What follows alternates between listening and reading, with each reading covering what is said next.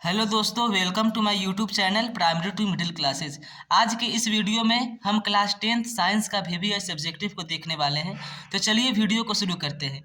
हम इस वीडियो में वास्तविक प्रतिबिंब और आभासी प्रतिबिंब को पढ़ने वाले हैं। तो इन दोनों प्रतिबिंब को पढ़ने से पहले हम जान लेते हैं कि प्रतिबिंब किसे कहते हैं। ठीक है, तो जब किसी दर्पण के सामने हम किसी वस्तु को रखते हैं तो वस्तु से निकलने वाली प्रकाश की किरणों का दर्पण द्वारा परावर्तन होता है। ठीक है, और परावर्तन होने के तत्पश्चात हम वस्तु की आकृति को देख पाते हैं, जिसे वस्तु का प्रतिबिंब कहा जाता है।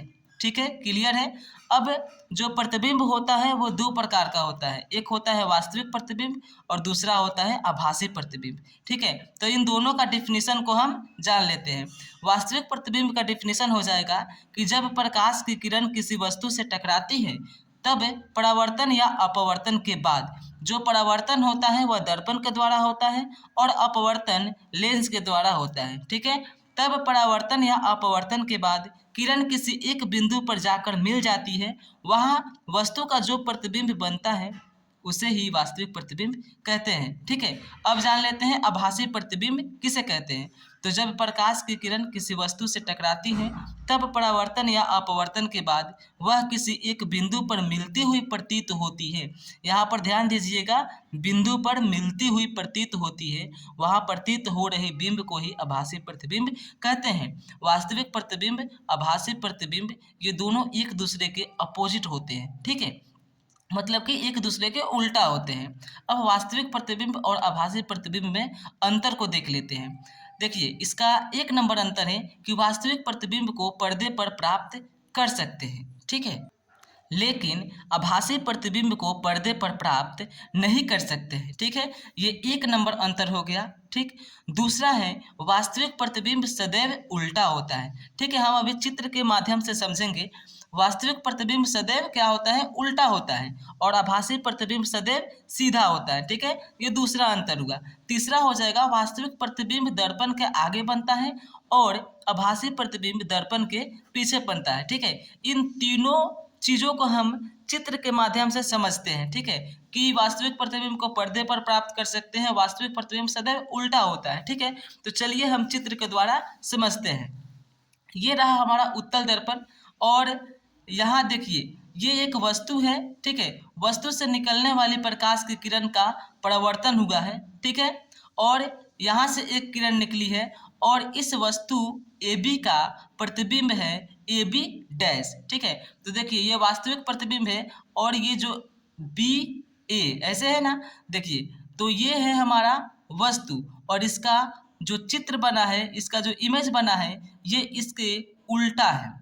उल्टा है ना, तो वास्तविक प्रतिबिंब में चित्र कैसा बनता है, इमेज कैसा बनता है, तो वो हमेशा उल्टा बनता है। ठीक है, वास्तविक प्रतिबिंब क्या होता है, हमेशा उल्टा होता है। अब देखिए यहाँ है आभासी प्रतिबिंब। ठीक है, तो देखिए यहाँ से जो है बिंदु से क्या होता है, उसमें मिलती हुई प्रतीत होती है।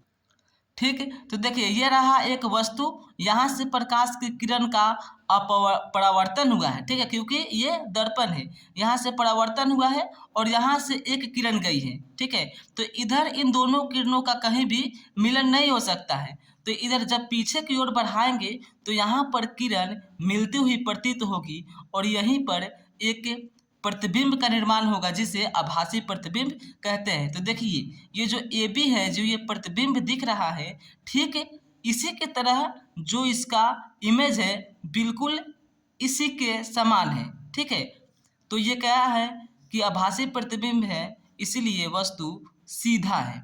ठीक है, और वास्तविक प्रतिबिंब में वस्तु का प्रतिबिंब उल्टा बना है और आभासी प्रतिबिंब में वस्तु का प्रतिबिंब कैसा है, सीधा है। ठीक है, अब हम देख लेते हैं लेंस के द्वारा। ठीक, ये है हमारा लेंस, उत्तल लेंस। ठीक है, यहाँ एक वस्तु है, यहाँ से प्रकाश की किरण का अपवर्तन हुआ है। ठीक है, और यहाँ से एक किरण आई है, तो इसका जो फिगर इमेज बना है, देखिए इसके उल्टा बना है। ठीक है, तो ये क्या हुआ, हमारा रियल इमेज है। ठीक है, ये क्या है, रियल इमेज।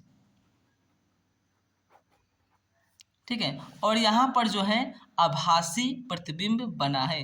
वस्तु से देखिए जो ये दोनों किरण है, ये वस्तु से मिलती हुई प्रतीत हो रही है।